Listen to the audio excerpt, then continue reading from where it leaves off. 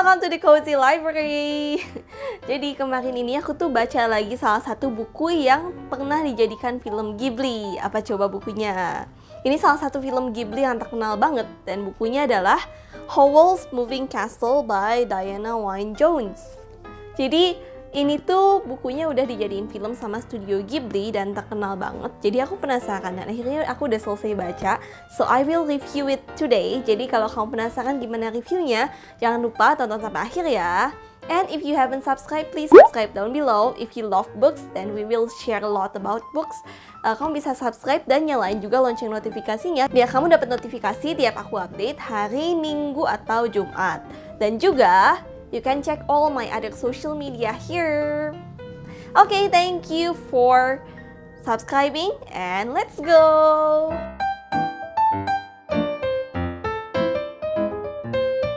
Oke, jadi ini Howl's Moving Castle tuh pertama-tama tentang apa sih? Kalau dibandingin sama filmnya ternyata agak beda gitu. Nanti kita omongin dari mana bedanya. Jadi Howl's Moving Castle bercerita tentang Sophie Hatter, seorang gadis yang lahir dari keluarga pembuat topi. Jadi nama belakangnya pun Hatter gitu ya. Jadi Sophie ini papanya tuh nikah lagi waktu mamanya meninggal, dan dia punya saudara tiri 2 orang, dan ketiga-tiganya ini tuh kayak get along really well, jadi pada baik hubungannya satu sama lain dan lain sebagainya. Udah gitu, suatu hari karena papanya meninggal, Sophie dan saudara-saudaranya itu dikirim buat apprentice ke toko-toko karena mereka nggak bisa afford biaya pendidikannya lagi.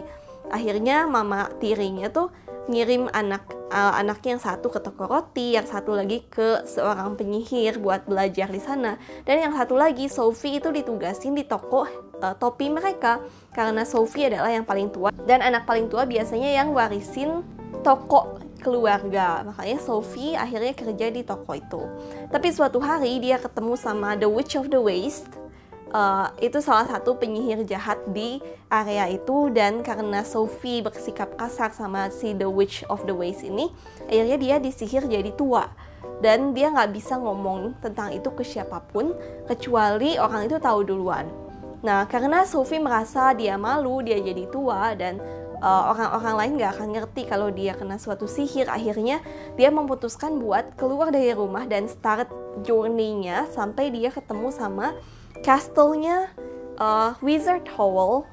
Jadi waktu itu castle-nya Wizard Howl tuh bisa jalan gitu, jalan-jalan castle-nya, makanya namanya Howl's Moving Castle. Dan Sophie coba masuk castle itu dan ternyata bisa. Dan akhirnya dia ketemu sama orang-orang yang unik, Howl sendiri sama orang-orang lain yang ada di dalam castle ini. Jadi petualangannya dimulai dari situ. Buku ini genre-nya middle grade fantasy, jadi buat kamu yang suka middle grade fantasy kayaknya pasti suka sama buku ini sih. It is very full of magic, jadi kalau kamu suka buku yang very full of magic, kamu harus cobain baca Howl's Moving Castle ini.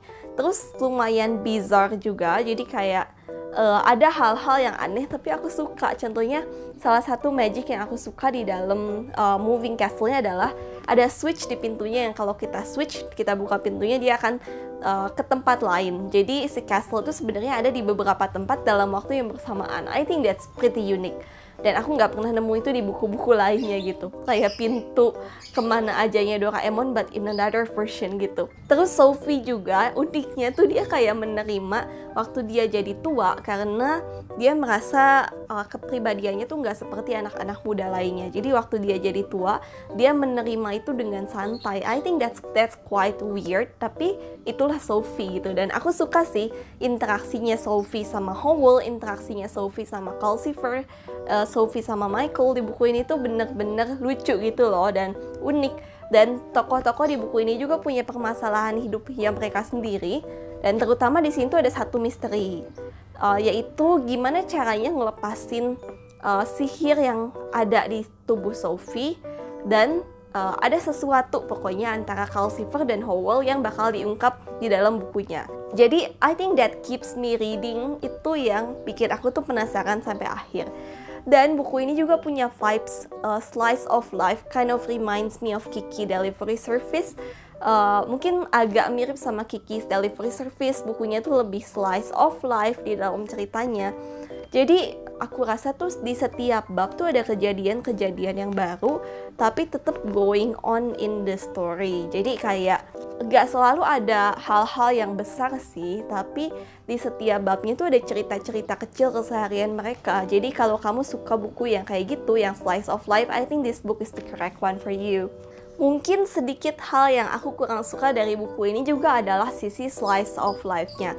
Kadang-kadang sisi slice of life-nya tuh aku rasa tuh kayak malah keluar dari jalur permasalahan utamanya. Misalnya kita lagi fokus gimana caranya ngancurin si kutukannya Sophie, tapi kadang-kadang tuh malah jadi mencar-mencar loh hal yang dibahas dan gak fokus ke masalah utamanya.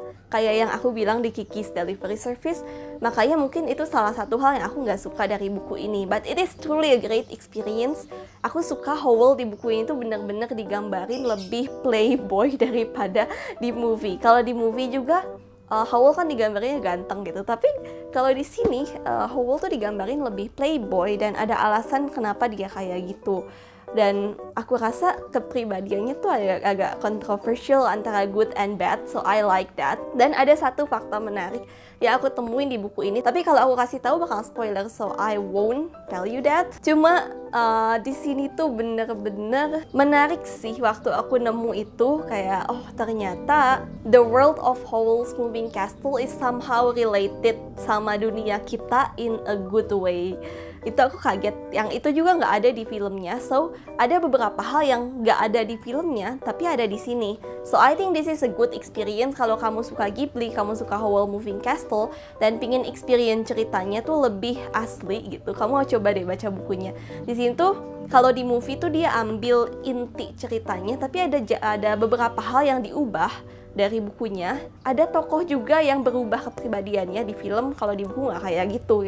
Jadi totally wajib sih harus baca bukunya, nggak cuma nonton filmnya aja. So far aku kasih buku ini 4,5/5 karena memang enjoyable. Tapi satu hal yang I don't really enjoy itu dia kadang-kadang meleset ke kesehariannya, nggak ke topik utamanya gitu. Ada yang udah pernah baca Howl's Moving Castle? Buku ini tuh kalau nggak salah udah ada 2 buku lanjutannya, tapi nggak tergantung sama buku ini ya aku rasa, karena permasalahan buku ini tuh udah selesai di buku ini. Maybe di buku lain tuh itu permasalahan yang lain, so I don't really know. Nah, kalau kamu udah pernah baca buku ini juga atau pingin baca, mungkin boleh komen-komen di bawah ya. Oh ya, buku apa nih yang harus aku baca dan review selanjutnya? Mungkin bisa komen di bawah juga ya. Oke, I think that's it, my review of Howl's Moving Castle. Thank you bookworms for watching, happy reading, and bye-bye!